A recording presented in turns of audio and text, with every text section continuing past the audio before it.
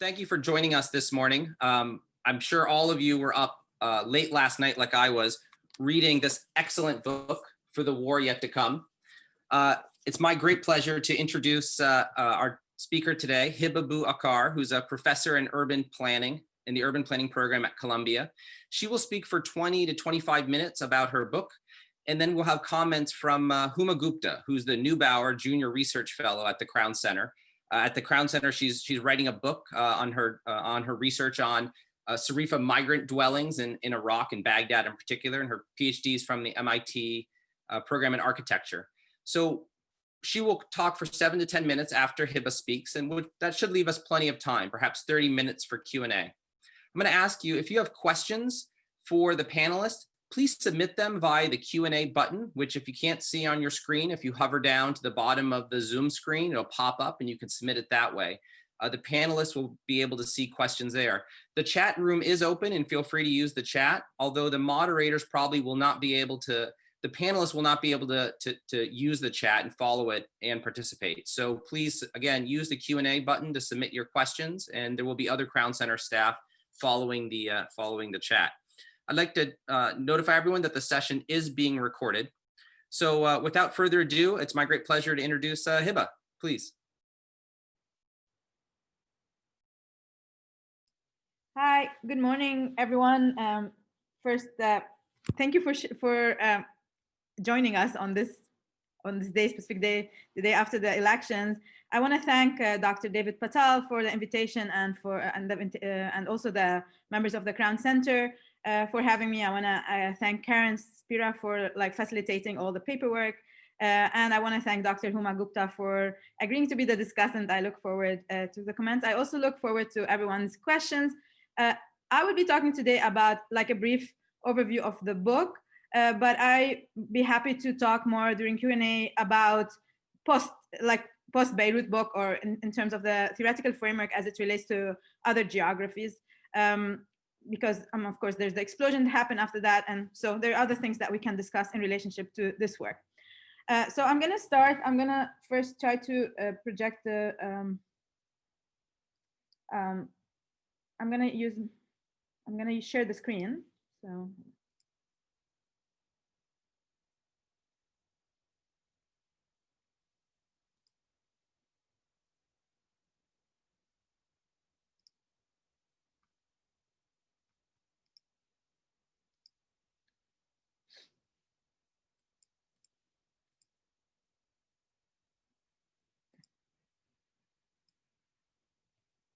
can everyone see the screen? Cool. Okay, so one day while I was listening to a popular Lebanese radio show discussing the challenges currently facing Beirut, the show's host at some point said, and I quote, "I think we should all start thinking about urban planning. Look around you. In this city, planning lacks planning and order." This was not the first time that I heard such a statement. During my fieldwork, I would often get the same reaction. "You went all the way to the United States and came back here to study planning in Beirut? Does even planning exist in this city?" For my interlocutors who had experienced a 15-year civil war between 1975 and 1990, planning promised a better future, a future of well-being. However, many years later, in a region rocked with violence and millions of refugees, where war always looms on the horizon, planning has yet to deliver on that promise. As someone who lived through the Lebanese Civil War, these feelings were also personal. In the 1980s, my family and I experienced firsthand the geographies of war, including multiple forced displacements. Today, the fear of future wars continues to shape our everyday life, but so do promises of better futures of post-war that is yet to come.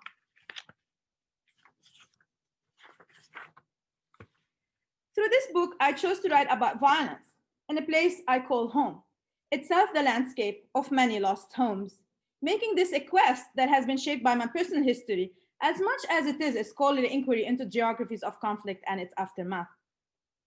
To this end, I examine in this book the underlying logics that make the phrase "planning lacks planning and order" a common sentiment in Beirut. I show that such a feeling develops when the specters of wars are always present, state structures are not clear, and public projects are often outsourced and privatized. However, I argue that such conditions are neither exceptional nor restricted to the paradigm of cities in conflict like Beirut, Belfast, and Medellin. Assuming these cities are exceptional reproduces the same assumptions that this work seeks to destabilize. These assumptions are mostly rooted on how we think of the temporalities of planning and development interventions. Indeed, for so long, the intertwined fields of planning and development have been configured within an imagined future of progress. However, today, we are at a global moment in which the imagined future in most places in the world, in both the global north and the global south, is one of conflict and contestation, characterized by ecological crises, COVID-19 pandemic, anticipated terror attacks, an unprecedented influx of refugees and migrants, a horizon of what I call the war yet to come. Taking as my case study post-war Beirut, Lebanon, post-war Lebanon, I argue that Beirut's peripheries tell us a much different story about planning and its temporalities. So I will be looking at from the suburbs here, not this is the city center. And this is a very different story from the one usually told about Beirut, seen through the prism of its downtown post-war reconstruction project following the end of the Civil War. For those of you who are familiar with Beirut, it's the Solidaire project, which is characterized by neat colorful master plans, as you can see here, glittering buildings, yet emptied out streets. In contrast, Beirut's fast urbanizing peripheries suddenly emerged in 2008 as frontiers of renewed sectarian conflict. Dozens were killed in an episode of violence that was a reminder of the Civil War. I argue that this transformation of peripheries into frontiers could be understood through the spatial and temporal logic of the war yet to come. The war yet to come does not treat war and peace as distinct categories. It does not approach war. It does not approach war as a temporal aberration in a linear time of progress with a beginning and an end. Rather, it focuses on how war, violence, and their anticipation have shaped Beirut's segregated geographies. The logic of the war yet to come has a temporal and a spatial dimension. Temporally, the war yet to come reconfigures the temporalities of the yet to, through which to understand geographic production. It provides a different lens than the yet to of modernization, for example, which assumes a predictable future or a future that you can forecast. That's premised on a belief in the ability to forecast the future and manage territories towards progress. Make this again, make this great, make this that great, like these notions of infinite progress, which to this day guides most planning and development practice. The future of the war yet to come instead is uncertain and volatile. And this affects how geographies and their futures are being shaped, contested, and negotiated.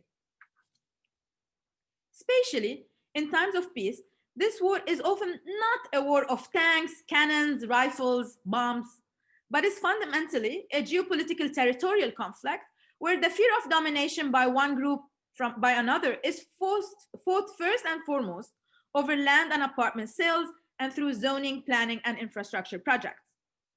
The outcomes are planned spaces that are low income, have overlapping industrial and residential zones where highways are never finished and playgrounds are never built. These are what I call the geographies of the war yet to come.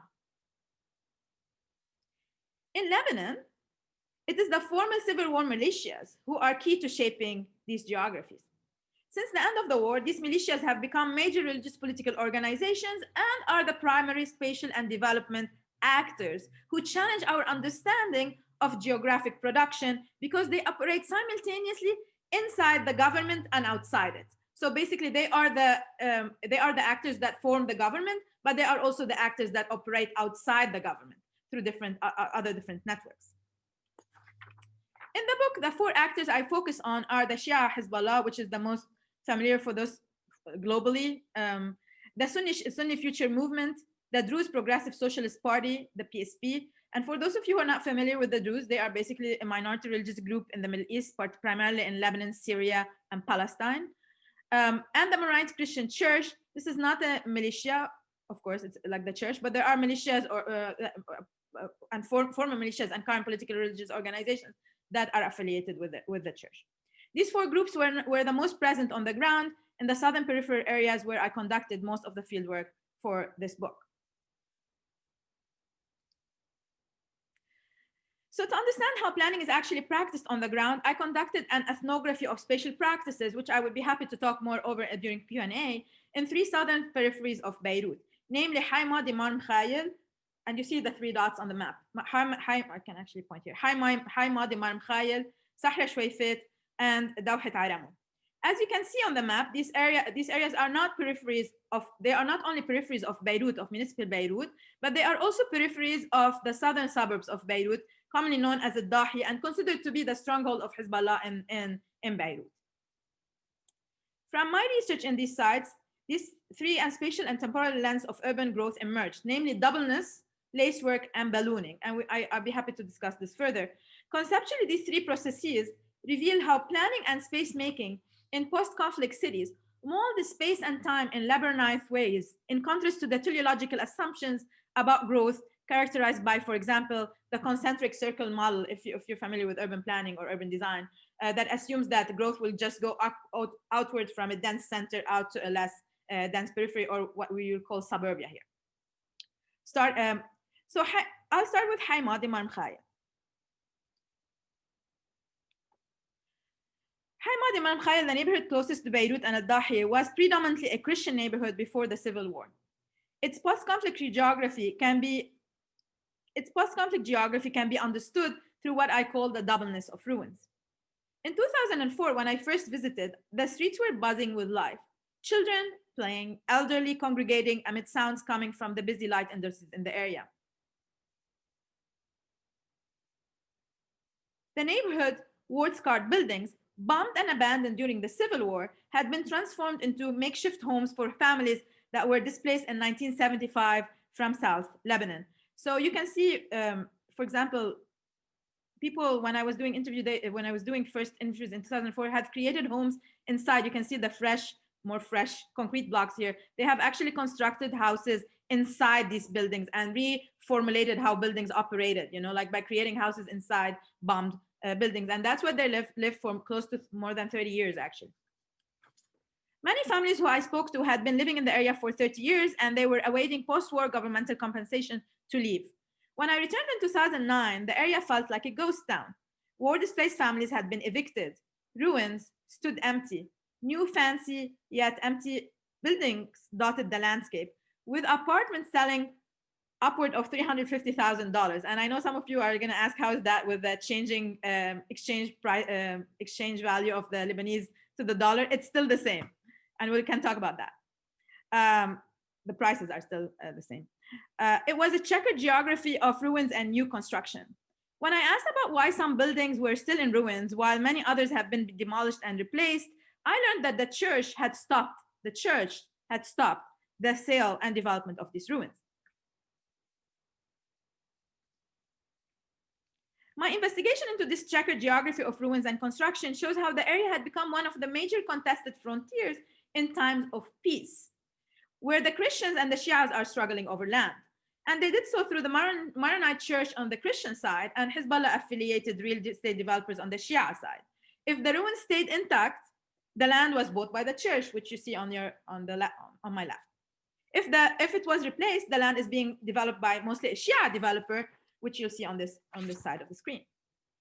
On the local level, this territorial war is conducted through channeling real estate markets, changing land policies, and modifying building and zoning laws.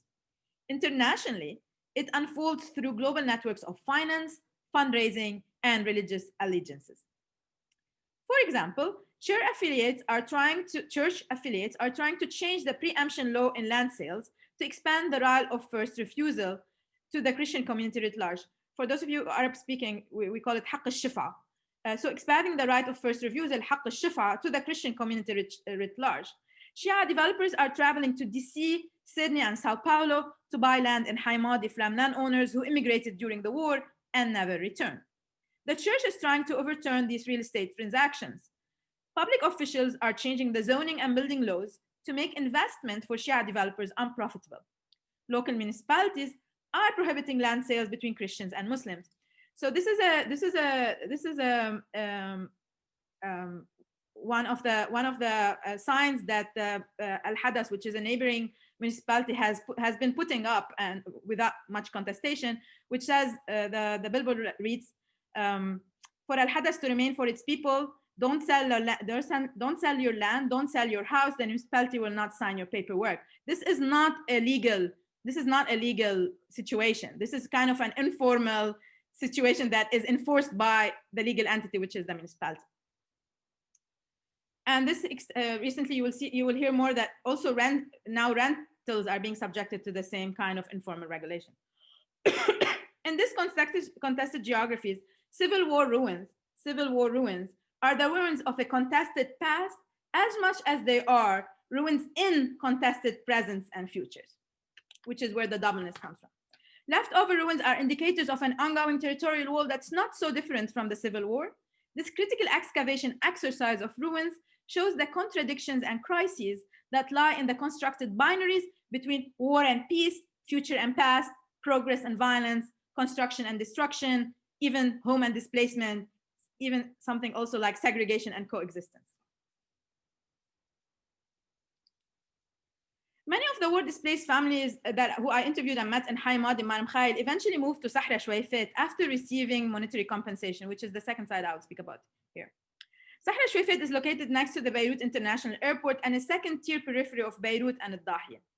During the Civil War, the area was an agricultural land heavily guarded by its Druze landowners. As a reminder, Druze are the minority religious group. The two main warring factions here today are the Shia Hezbollah and the Druze-affiliated PSP. After the end of the war, with pressure of urbanization from Al-Dahiya, massive low-cost housing projects started mushrooming in the area, which eventually housed many of the Shia war-displaced families. They were mostly Hezbollah supporters. The real estate developers, who were also Hezbollah affiliates, who were financially supported to provide low-cost housing in the area. These massive developments did not go unnoticed by the municipality, which was affiliated with the PSP at the time. In order to stop the urbanization of the area as a Shia territory, the PSP, through its different positions inside and outside the government, worked towards zoning the area as industrial. At the same time, Hezbollah worked to zone it as residential. As political alliances ebbed and flowed between these two groups, zoning and building laws kept changing. Between 1996 and 2008, as you can see in these maps here, the master plan and zoning of Sahra Shweifet changed 8 times in 12 years.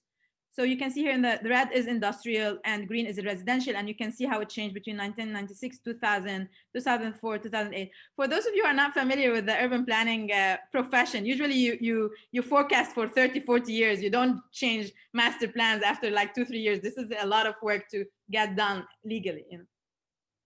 In Sahra Shweifet, industrial zone, and I quote, industrial zone is a synonym for Druze territory, and residential zone is a synonym for the Shia territory, as one planner told me. Again, industrial zone is a synonym for Druze territory, and residential zone is a synonym for the Shia territory, as one planner told me. Between industrial and residential, Sahra Shweifet is now a patchwork of apartment buildings in the vicinity of industries and an active urban agriculture area. Every winter, the area witnesses an environmental disaster when rainwater gets mixed with industrial waste and soil, filling up the residential streets and causing new forms of displacement actually along class lines. Basically, those who can leave start leaving, and those who cannot leave were stuck with that kind of situation. In 2008, as sectarian battles raged in the streets of Sahra Shweifet, another battle took place over another rezoning iteration. The PSP passed a master plan that reinscribed the area as a middle income to slow its urbanization. So, for example, you could see here in this table, you can see how the 2004 zoning planning regulations allowed for hollow concrete and allowed for corrugated or tin sheets. In architecture and planning speak, that means low income. You know, this is basically low income material. However, the 2008 zoning planning regulation, which is just 4 years afterwards, required that there's going to be 60% natural stone cladding, 60% red tile roofing, and prohibiting more than 2 apartments per floor. These are regulations that increase significantly the cost of building, right? So these are expensive materials, stone, red tiling, and less apartments per floor, i.e. bigger apartments.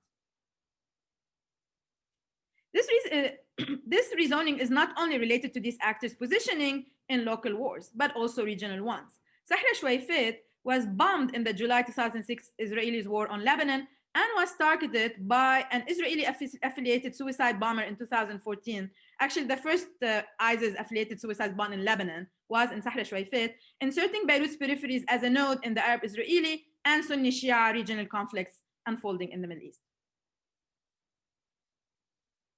Therefore, military geographies are also key to these rezoning schemes, since both actors function as paramilitaries with expected roles in local and regional war yet to come. Therefore, paramilitary urban strategies like domination of hilltops and access to weapons through the airport are key to these planned geographies. For example, the contestation over the industrial residential zoning had also to do with the ability to connect to the airport, which you see here.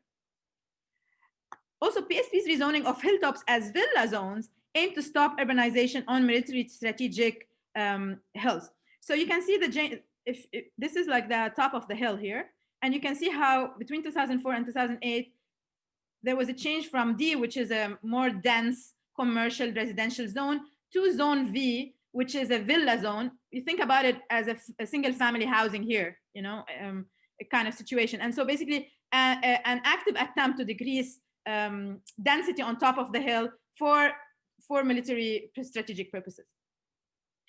These planning practices have now created a lacework of urbanization that folds areas for housing into industrial and agricultural zones, mixed areas controlled by the Shia with one controls of the Druze, and delineates new contours of sectarian violence engagement.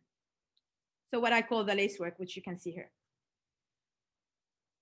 Not very far from Sahra Shwaifit is Dawhat Aramoun, the furthest of the three sites from Beirut and Dahi. Its urban development is characterized by a mixture of lavishness and extreme poverty, of spectacular views of the Mediterranean Sea, and of the same time garbage filling its rivers and streams. This was the result of how the area has ballooned over time without much regulation to a dense periphery for Sunni families undergoing gentrification by post-war reconstruction of downtown Beirut. The Sunni Future Movement, which controlled the government after the Civil War, supported this transformation by investing in large-scale capital planning projects funded by international aid organizations and by international loans to upgrade the area through highways and infrastructure. They also planned to channel development monies to the area through the Lebanese National Physical Master Plan, which was approved in 2009, meanwhile excluding the nearby poor and mostly Shia Sahra Shwaifit. So I just will point out briefly here that this is the area of Dawhat Aramoun that was flagged for like development money versus, and while excluding Sahra Shwaifit, which is the area next to it here. Later, as people started moving from the overpopulated Ad-Dahi towards Dawhat Aramoun, Shia developers used market tactics to build apartment buildings that were mostly sold to Shia. While initially people coexisted peacefully, in 2008, as the Future Movement and Hezbollah fought battles, also the PSP was involved, the area emerged as a battleground where people were killed and others were displaced. The chapter traces the talk of war and rumors of militarization that accompanied the deconstruction frenzy in Dawhat Aramoun and illustrates how minority religious groups like the Druze have become brokers in a war fought not only locally, but also regionally.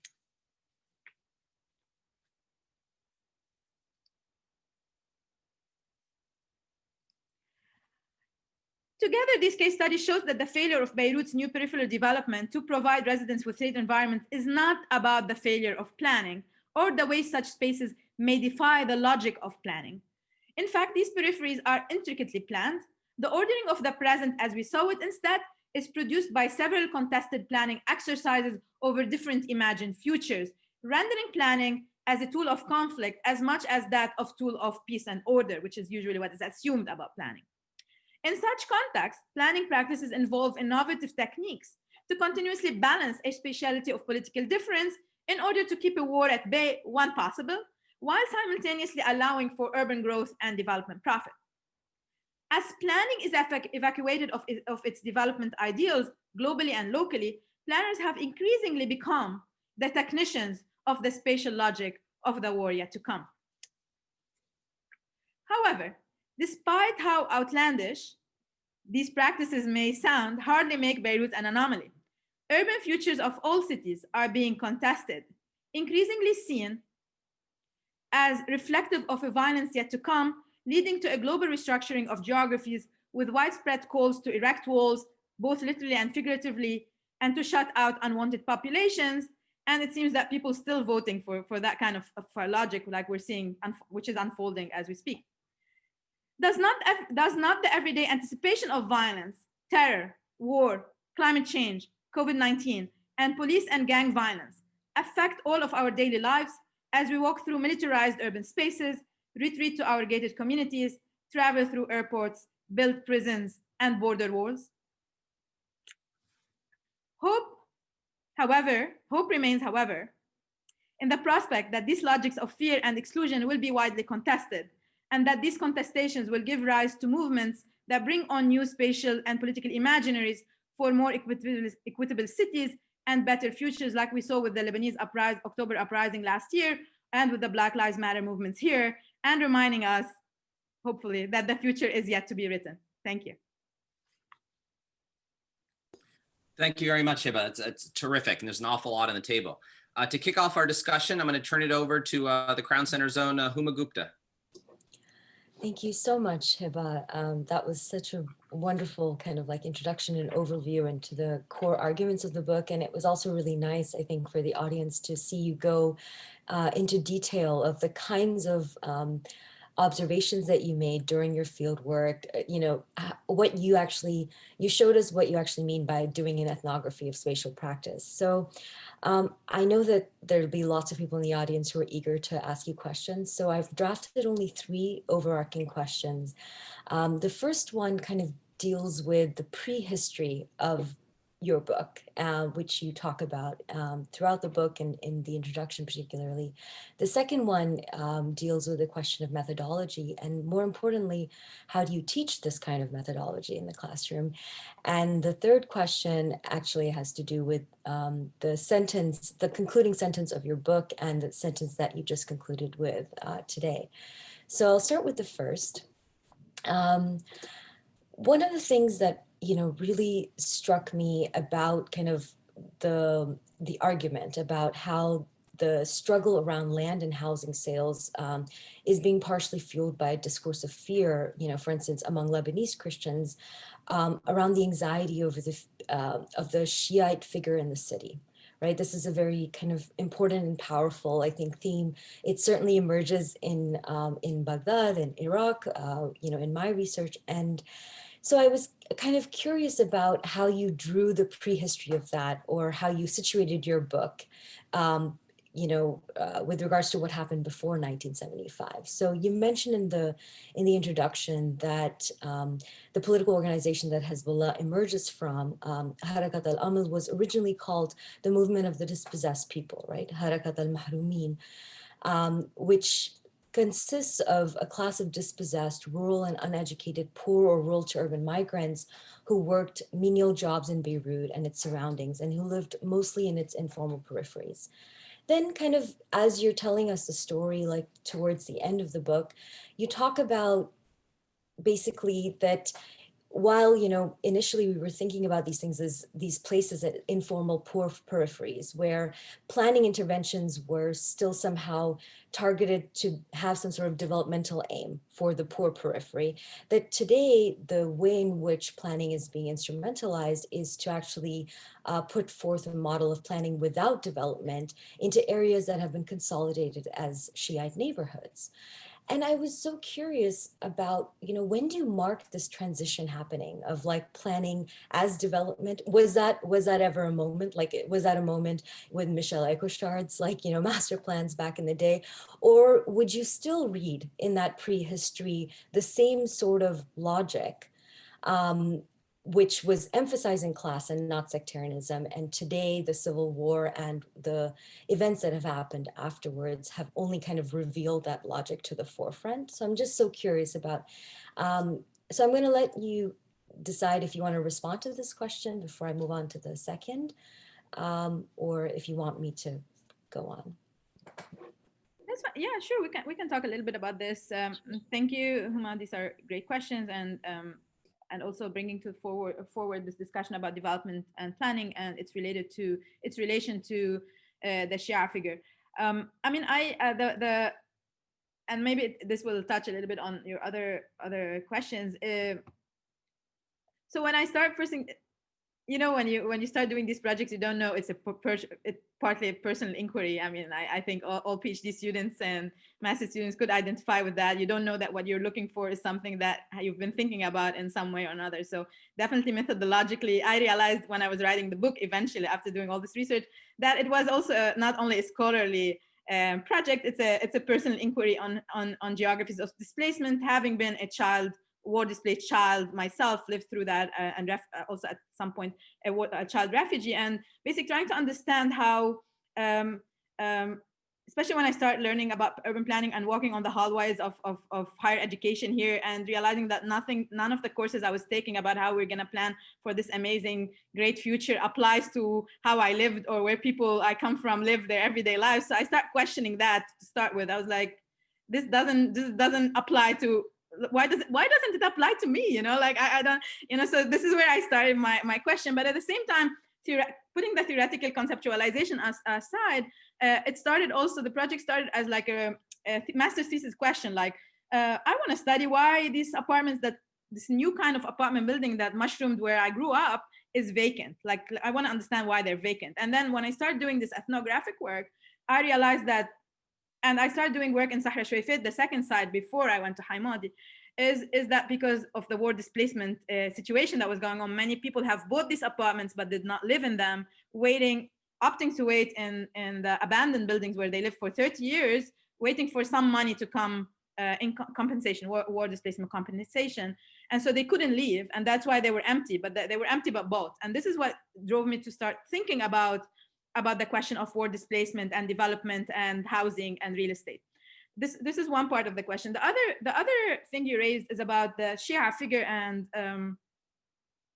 the development and planning. So while I was doing ethnography and trying to understand that this is also the anxiety is around it, particularly the Shia figure to start with, and then second tier would be a Muslim figure in general in terms of real estate and housing, which is not very different from which I learned a lot actually in my study from how Black folks are treated here, and the block busting that happened, the real estate development, how the way real estate development developed here because of white fear and white flight and violence against Black folks. It's not very different in that way. So I developed that. I'm sure there's a lot to be said eventually more about the construction of a Shia figure as a threat. I try to do a little bit of that in my book to say that this is actually central to why these areas have become friction areas, the areas that that are not being treated only as peripheries, but they are also frontiers of wars regionally and globally.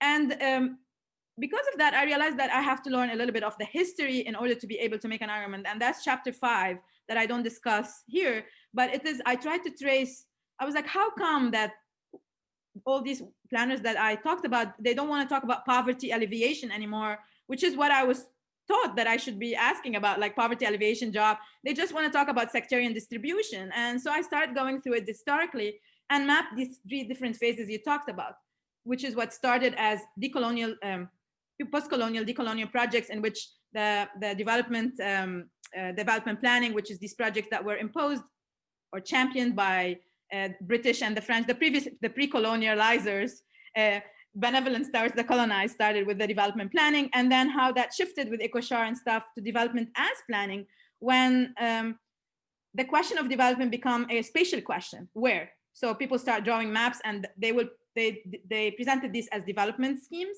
and then how we lost that even like the development as part of planning, and what happens is just planning becomes tools of delineating spaces, and then actors take over and do the development. But this is not only particular to Lebanon. That's what I was trying to I was trying to trace it in Lebanon through like documents from the United Nations and from the church, etc. But also it's very much also related to,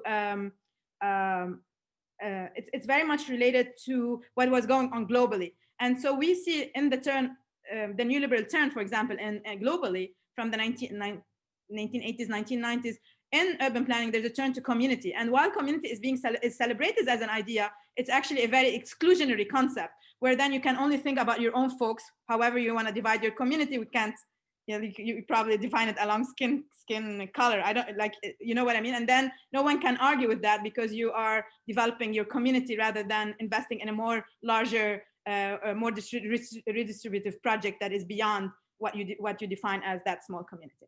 I think, and of course we can talk about Nasserism and the Cold War, the Cold War maybe at the second part. Thank you. The second question I have for you is on the question of like pedagogy or andragogy, which I recently learned is the word for teaching adults.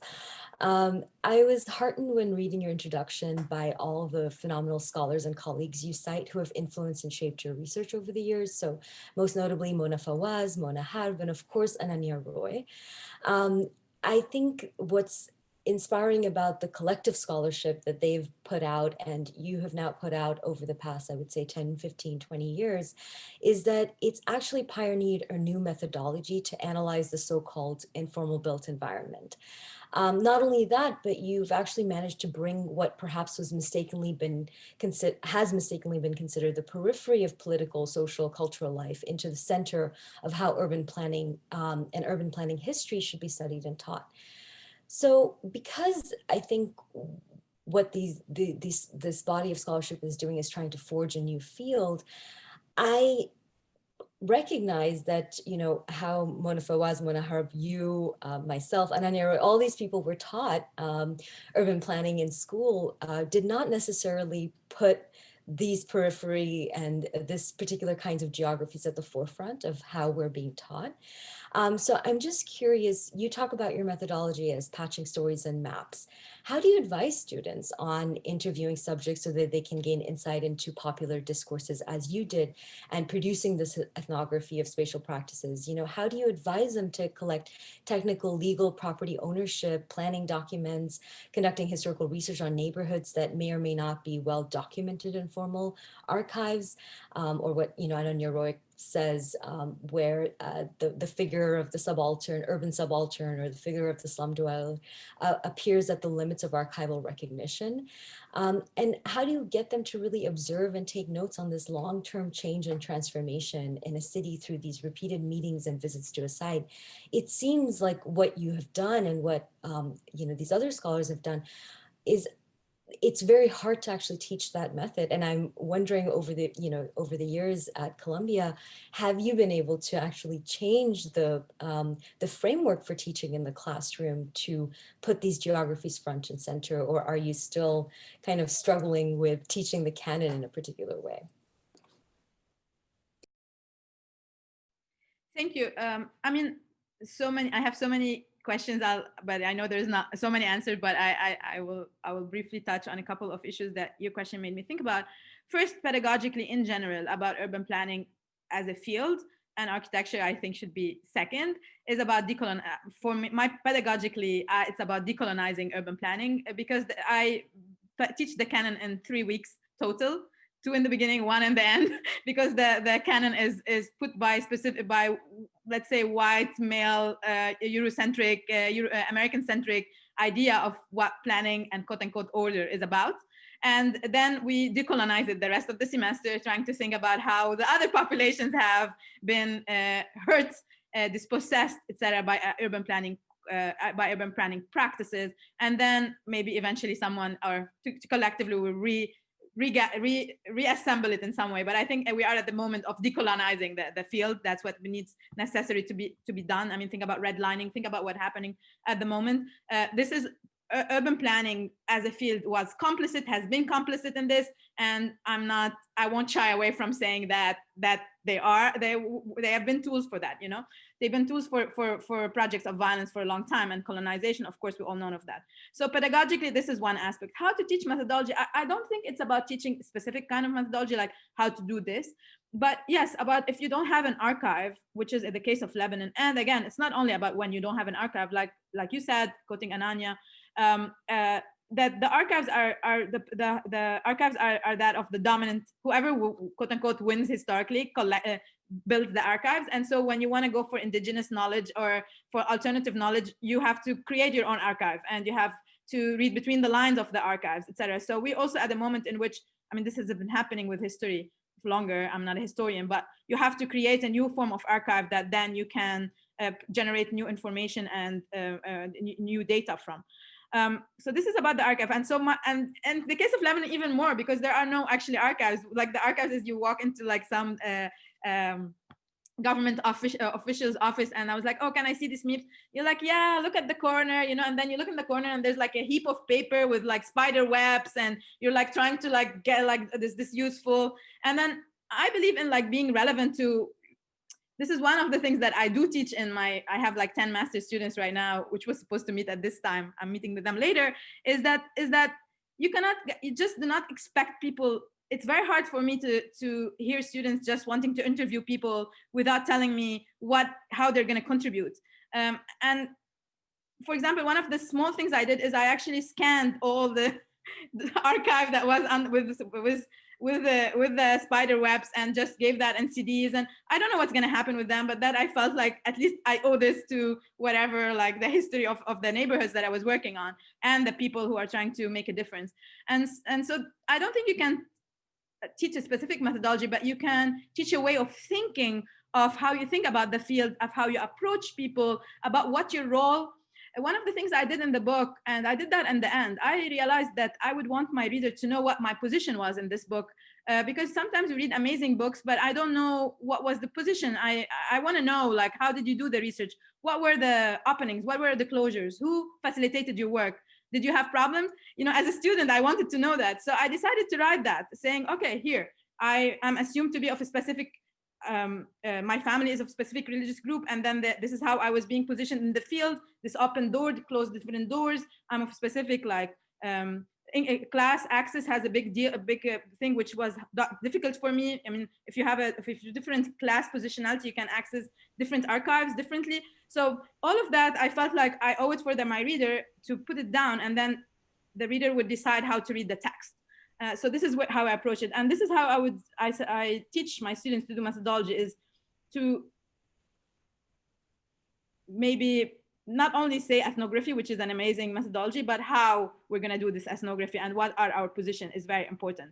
And I'm not saying because I'm an quote unquote insider that have a privileged knowledge more than the outsider. We all going to be collectively contributing to a body of knowledge in different ways because of our different positionality. But I think it's important to speak to that methodology and speak about it. Well, thank you, Hiba. I do have more questions, but I think it's time to turn it over to the audience and give them a chance. Thank you. And I just want to say that, you know, as someone who's also just like writing their first book, that reading your book and how thoughtful you constructed the methodology section, talking about the challenges of doing research, it provided a really powerful and compelling model for how to write these kinds of histories. So I thank you for that. And David, perhaps you'd like to moderate the questions from the Sure, I want to second that one chapter 1 in the book is excellent intertwining of kind of everyday ethnography of space and this connecting this everyday sectarianism to this larger spatial turn in Middle East studies. It's terrific. Actually, I want one more thing before we talk, which has been important to me, which is the Middle East, to speak about the Middle East studies a little bit. I mean, for the longest time, also, people just assume that you cannot theorize from the Middle East. Like the Middle East it's not a place where you can learn something to think about other geographies. And that's disheartening. I mean, we're speaking at the Middle East Center for all of us who work on the Middle East, the fact that this is just assumed to be a site of a place of exception, a place where just war happens and people are just fighting all the time. And so we cannot generate research, we cannot generate theory from there, and then therefore we are all doomed to area studies rather than to contributing to disciplinary research. And I feel one of the things I do in this book is contribute to that, like seeing from the South kind of theorization, and actually also from all the amazing people that are doing right now work to theorize also from the Middle East, and saying that no, you can, it's not the exception. It is also a place where you can generate knowledge for wider, in this case, and for other geographies too. And I think that that's reflected in one of the reasons why the Middle East Studies Association gave your book the the very prestigious Nikki Keddie Award last year. Thank you. So a good jumping off point for that, though, is combining two questions that Hayal has asked, Hayal Karsu asked, which is, how does planning as development differ or overlap with planning as security-oriented dispositions? And I think you can perhaps connect that to her other question, which is, how does planning for the war yet to come change the way we think about urban planning expertise, which I think obviously ties into some of her research and some of the things that Hiba mentioned. Hi, Hayal. Thank you. I'll start with the second question. One of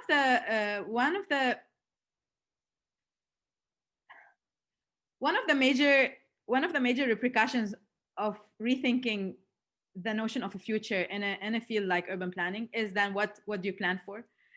Because when you remove that idea of the progress, or when you start contesting it, that it is the major temporality of intervention of professional practices, that you're like building architecture for like because it's going to be better, or you're doing urban planning because it's going to be better. So it's a predominant idea, and it's very hard then to come to terms with what the field is about if that it's not like you're doing something for the better, you know, if you want to contest that.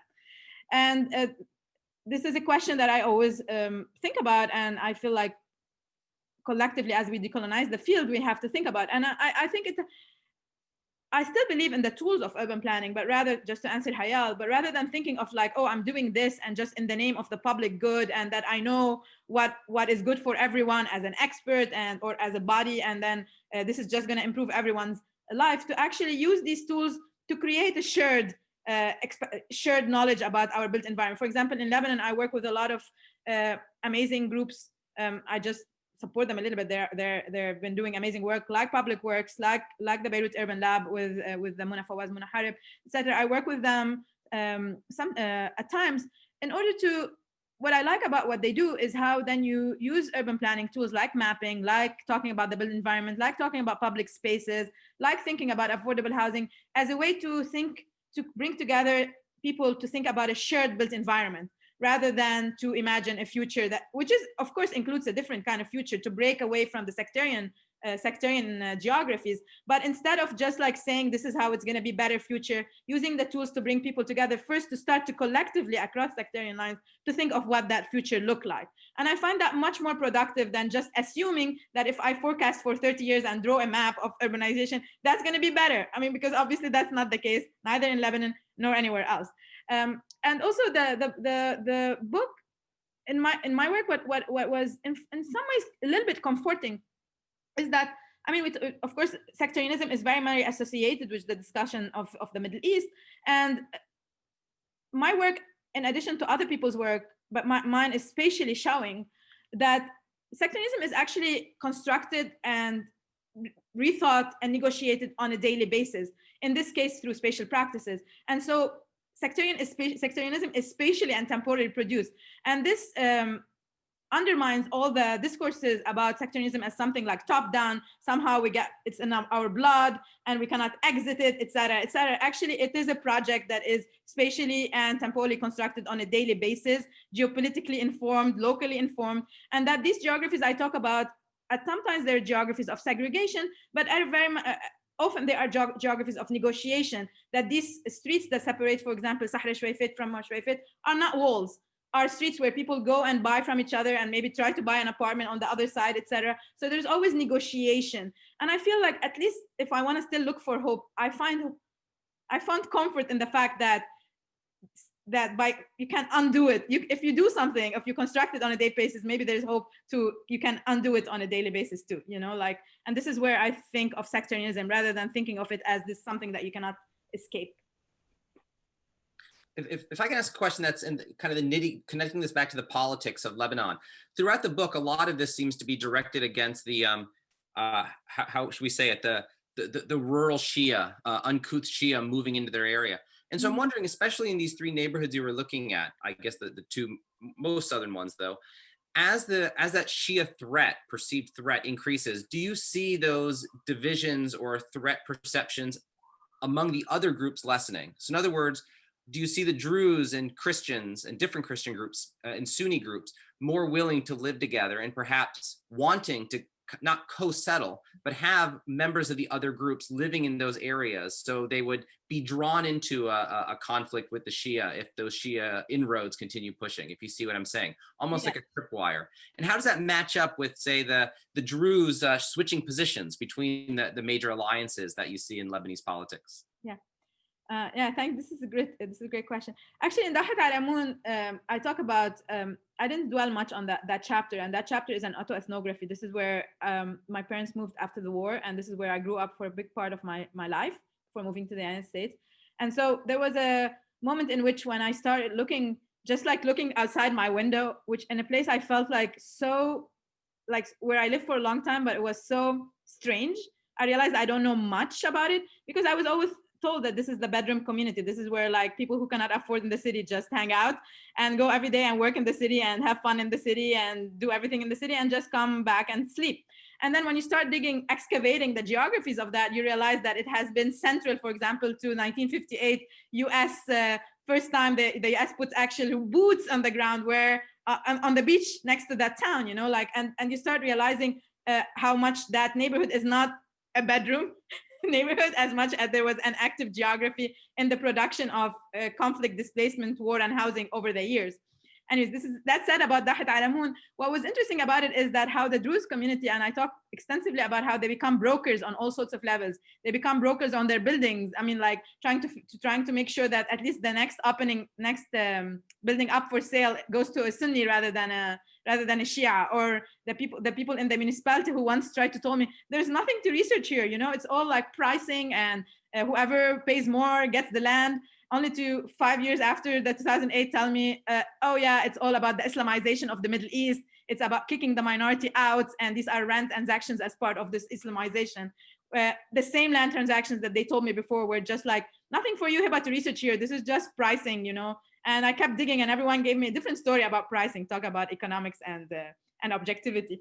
So anyways, to bang back the question, yes, I think they start picking neighbors because they couldn't afford to keep the land, so they had to sell the land. And so at some point they start playing brokers by trying to, like, for example, at that moment when they were allied with the Sunnis, to get Sunnis to buy the land or the housing next door, and keeping the Shia out. But as we know by now, these things change. So the moment the geopolitical spin turns again, who knows how this is going to unfold, you know.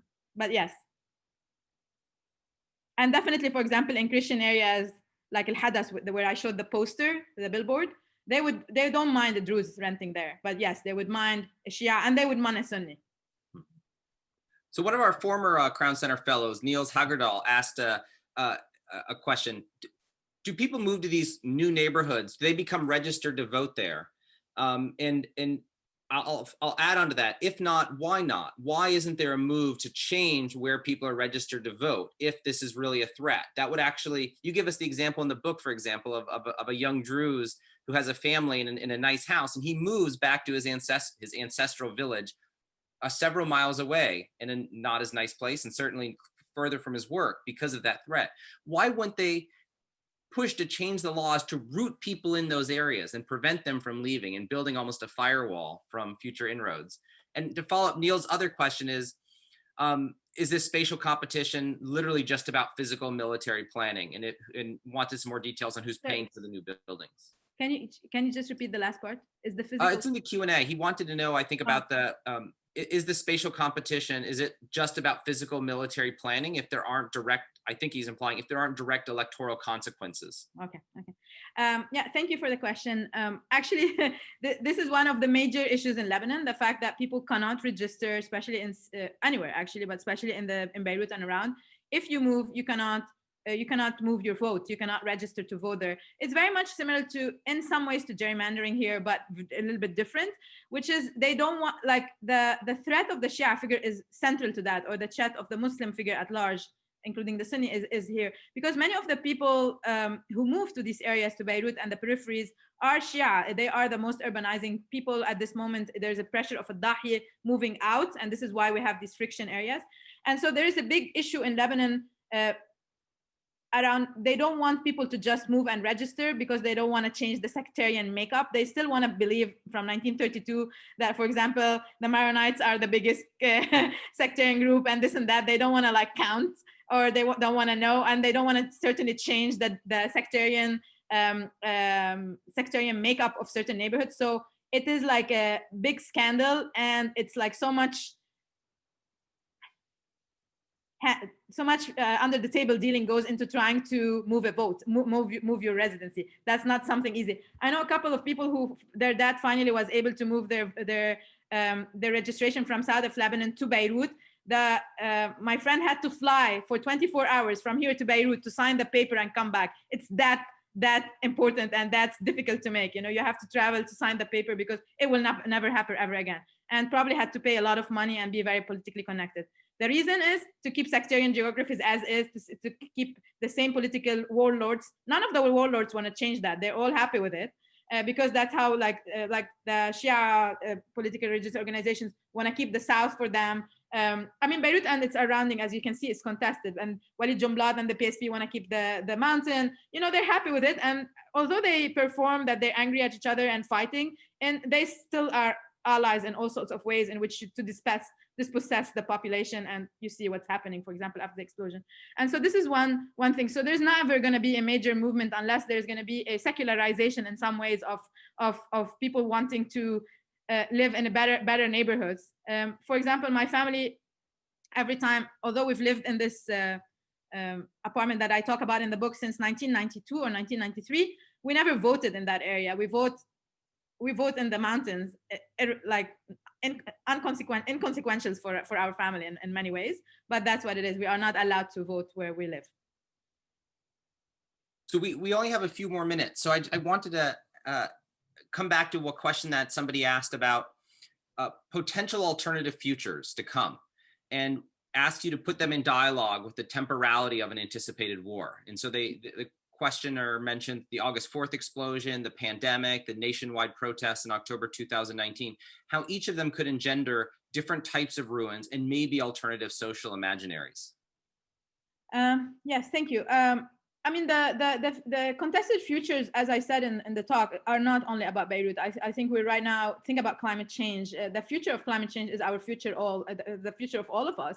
And it's not a happy, progressive kind of future. It's a future that is like staring, you know, we're all staring it in the eye, and it's staring back at us and saying, okay, what are we going to do? So I feel like from Beirut, although Beirut is like seen as an anomaly, it's actually, when you start thinking about the future, it can help us think about the futures we are all experiencing, whether that of climate change or the pandemic, etc., and what we are to do. Yes, I don't know who answered that question. I believe that the hopeful notions in that, or at least if I also wrote a small essay about hope, because I feel like every time I talk about my book, people want to know, oh, so what's the hope? Where's the hope? And I struggle. I can put the link here if you guys are interested. When I finish,